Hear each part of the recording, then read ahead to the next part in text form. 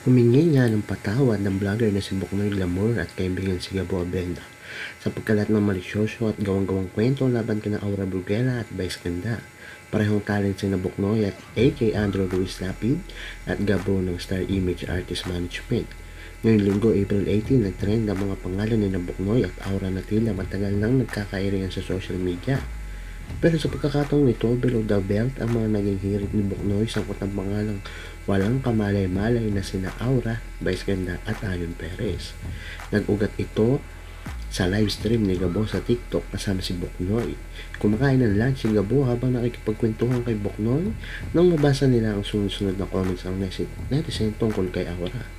Dahil dito nagpanggap si Buknoy na siya si Aura at saka nagtahi ng mga panira at walang basahang kwento sangkot ng mga nagkasintaang Vice at Ayon.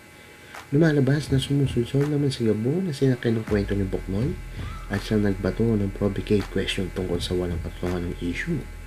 Na-record at na-report ng netizen ang usapan nila Buknoy at Gabo na parehong inulan ng batikos dahil sa kanilang mapanirang kwento ukol kay na Aura at Vice at Ayon.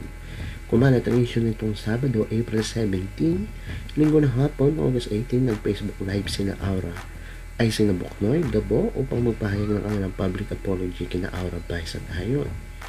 Kasama nila ang kanilang manager na sina David Kabawatan at Vince Apostol.